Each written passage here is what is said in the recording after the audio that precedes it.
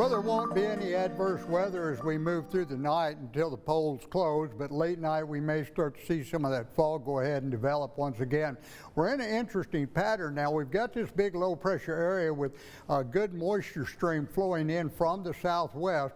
That also gives us some flow pattern from the southwest, mid and high level clouds, but the high pressure ridge over us is elongated over to the east, and you can see this storm, Nicole, that's working its way toward Florida. Now, it could very well get into the Gulf.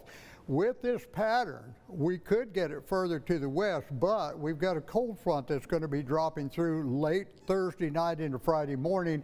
That should force the flow back to the northeast. So what we'll do is not see too much activity. You can see we've got some radar returns in here, but most of that's very, very light. Of course, we're into the day. We don't expect anything up into central Texas. May get a sprinkle or a tinkle in the Austin area, and that's about it.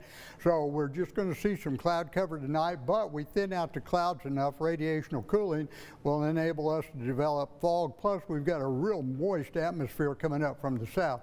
So most of our numbers in the 70s. We've got a lot of 80s to the east and southeast. Had a little more break in the cloud cover here.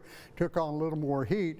We'll be all in the 60s tonight, kind of like we have been. Warm, moist air. We'll look for that fog to come in.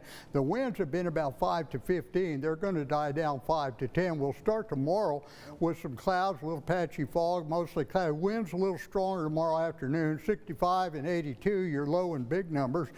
Late night, we're going to bring that front in. Got a little shot at some rain showers, maybe a thunderstorm, because late night and early morning we have more moisture, so that'll be the soupy time. But once that passes, we've got some fall-like numbers coming up, Chris. It's going to feel nice. All right, excellent. Looking forward to it. Appreciate that.